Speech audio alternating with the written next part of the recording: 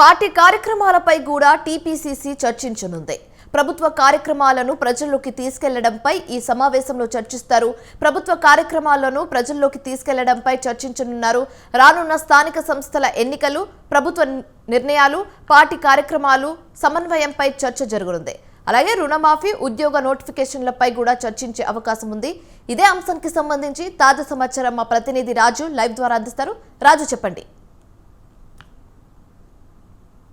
Telangana ప్రజాభవన్లో TPCC కార్యవర్గ సమావేశం జరగనుంది. ఈ సమావేశానికి సీఎం రేవంత్ రెడ్డి అధ్యక్షతన వహించనున్నారు. ఈ సమావేశానికి తెలంగాణ రాష్ట్రంలో ఉన్నటువంటి ఎమ్మెల్యేలు, కాంగ్రెస్ పార్టీకి సంబంధించినటువంటి ఎమ్మెల్యేలు, ఎంపీలు, ఎమ్మెల్సీలు, వీరితో పాటుగానే టీపీసీసీ ఉపాధ్యక్షులు, వీరితో పాటుగానే ప్రధాన కార్యదర్శులు కూడా ఈ యొక్క సమావేశానికి హాజరవుతారు. ముఖ్యంగా ప్రభుత్వ కార్యక్రమాలను అటు ప్రజల్లోకి తీసుకువెళ్లాలనేటటువంటి అంశానికి సంబంధించి ప్రధానంగా చర్చ జరగనున్నట్లయితే తెలుస్తూ ఉంది. వీటితో పాటుగానే కాంగ్రెస్ పార్టీ అధికారంలోకి వచ్చిన తర్వాత కొంత పార్టీ కార్యక్రమాలు స్లో అయ్యాయి అనేటటువంటి అభిప్రాయం వ్యక్తం అవుతున్న నేపథ్యంలో అదే సమయంలో ప్రభుత్వం చేసేటటువంటి ప్రతి కార్యక్రమాన్ని ప్రతిపక్షంలో ఉన్నటువంటి బీఆర్ఎస్, బీజేపీలు దుమ్మెత్తిపోస్తున్నటువంటి సిచ్యువేషన్ అయితే కనిపిస్తూ ఉంది.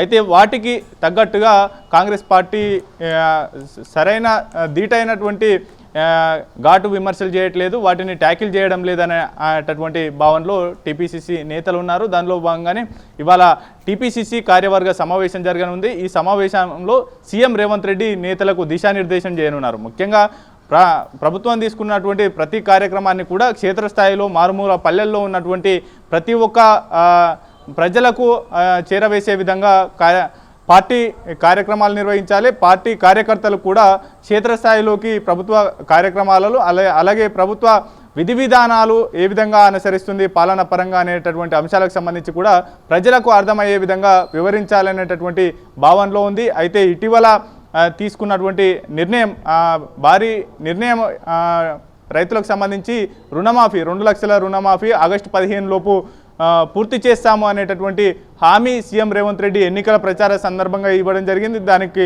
కట్టుబడి ప్రభుత్వం రేపు సాయంత్రం నుంచే ₹1,00,000 రుణమాఫీని మొదలుపెట్టనుంది. ఈలోపే ఈ నెల 18వ తేదీ నుంచి కూడా రాష్ట్ర వ్యాప్తంగా అన్ని మండల కేంద్రాల్లో, జిల్లా కేంద్రాల్లో, అలాగే ప్రతి గ్రామంలో ఉన్నటువంటి రైతు వేదికల్లో ఈ యొక్క సంబరాలు నిర్వహించాలనేటటువంటి నిర్ణయానికి వచ్చింది. పూర్తి స్థాయిలో కూడా ఏకకాలంలో దాదాపు 31,000 కోట్ల రూపాయలను 30 లక్షల కుటుంబాలు, రైతు కుటుంబాలకు మనం మేలు చేయబోతా ఉన్నాం అనేటటువంటి భావనలో ఉంది. కాబట్టి పూర్తి స్థాయిలో ఈ భారీ కార్యక్రమాన్ని కూడా విజయవంతం చేయాలి, మారుమూల పల్లెల్లో కూడా తీసుకువెళ్ళాలనేటటువంటి దిశానిర్దేశం చేయనున్నారు. వాటితో పాటుగానే పార్టీ బలోపేతానికి సంబంధించి కూడా ఈ గడిచిన 6 నెలల్లో పెద్దగా ఫోకస్ పెట్టలేదు. అయితే అసెంబ్లీ ఎన్నికలలో గెలిచిన అనంతరం కూడా వరుసగా ఎంపీ ఎలక్షన్స్, అలాగే ఉప ఎన్నికలు రావడంతో అటు కంటోన్మెంటు, టీచర్స్ ఉప ఎన్నిక ఇటు రావడంతో వరుస ఎన్నికల మీద ప్రభుత్వం దృష్టి పెట్టింది. అలాగే కాంగ్రెస్ పార్టీకి సంబంధించి బలోపేతం దిశగా కూడా అడుగులు వేయలేదు. దానిలో భాగంగానే రానున్న జీహెచ్ఎంసీ ఎన్నికలు, అలాగే స్థానిక సంస్థల ఎన్నికల్లో కూడా కాంగ్రెస్ పార్టీ విజయం సాధించాలి, ఇతర ప్రతిపక్ష పార్టీల కంటే పైచేయి సాధించాలంటే ఎటువంటి వ్యూహాలను అనుసరించాలనేటటువంటి అంశాలకు సంబంధించి ఇవాళ చర్చ జరగనుంది. పూర్తి స్థాయిలో కూడా సీఎం రేవంత్ రెడ్డితో పాటు ఇతర ముఖ్య నాయకులు దిశానిర్దేశం చేయనున్నారు. పార్టీ శ్రేణులకు, అలాగే వైస్ ప్రెసిడెంట్లు, జనరల్ సెక్రటరీలకు కూడా ఈ యొక్క అంశాలకు సంబంధించి దిశానిర్దేశం చేయనున్నారు. ప్రధానంగా ప్రభుత్వం అడుగులు వేసేటటువంటి ప్రతి కార్యక్రమం ఏదైనప్పటికీ ప్రజలకు ఎంతవరకు మేలు చేస్తుంది, దానివల్ల గత ప్రభుత్వం చేయకపోవడం, ప్రస్తుత ప్రభుత్వం వాటిని అమలు చేస్తున్న తీరును కూడా ప్రజలకు వివరించాలి. దాంతోపాటుగానే పార్టీ బలోపేతం అవుతుంది. రాష్ట్రంలో కాంగ్రెస్ పార్టీ అధికారంలో ఉంది కాబట్టి ప్రభుత్వం చేసేటటువంటి కార్యక్రమాలను ప్రజలకు వివరిస్తే ఇతర పార్టీల శ్రేణులు కూడా కాంగ్రెస్ పార్టీ వైపు మళ్ళేటటువంటి అవకాశం ఉంటుంది. క్షేత్రస్థాయిలో పార్టీ బలపడేటటువంటి అవకాశం ఉంటుంది అనేది కూడా భావిస్తూ ఉన్నారు సీఎం రేవంత్ రెడ్డి. అయితే ప్రధానంగా ఇటీవల జరిగినటువంటి ఎంపీ ఎలక్షన్స్లో దాదాపు చావు తప్పి కన్నులుట్టపోయినంత పని అయింది. ఎందుకంటే కేవలం 8 స్థానాలకు మాత్రమే పరిమితమైంది.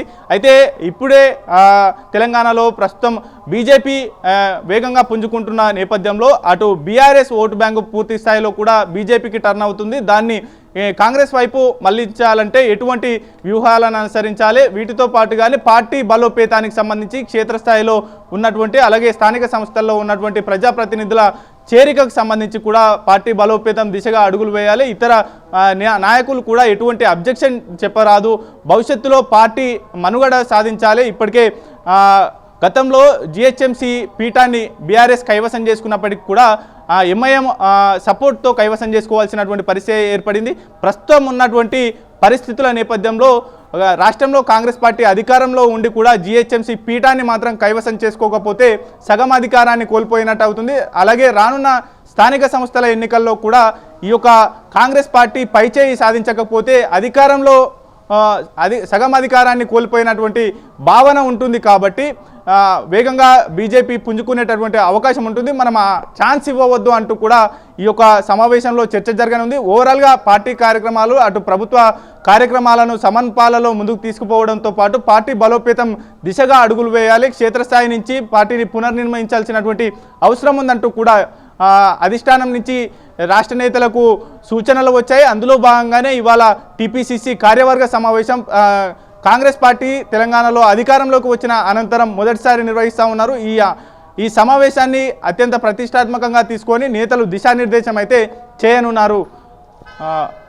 ఓవరాల్గా ఈ యొక్క సమావేశానికి సంబంధించి ఇందులో చర్చ జరగనున్న అంశాలు రుణమాఫీని పెద్ద ఎత్తున జనాల్లోకి తీసుకువెళ్ళాలి, వీటితో పాటుగానే నిరుద్యోగులకు కల్పిస్తున్నటువంటి ఉపాధి అవకాశాలు కావచ్చు, ఖాళీల నియామకాల భర్తీలు కావచ్చు, వెనువెంటనే నోటిఫికేషన్ల విడుదల కావచ్చు, ఇటువంటి అంశాలన్నిటిని కూడా క్షేత్రస్థాయిలో ప్రజలకు వివరించాలనేటటువంటి దిశానిర్దేశం అయితే సీఎం రేవంత్ రెడ్డి టీపీసీసీ కార్యవర్గ సమావేశంలో చేయనున్నారు. దీంతో పాటుగానే పలు తీర్మానాలు కూడా పార్టీకి సంబంధించినటువంటి పలు తీర్మానాలను కూడా ఇందులో ప్రవేశపెట్టేటటువంటి అవకాశం అయితే కనిపిస్తూ ఉంది ఓవరాల్గా.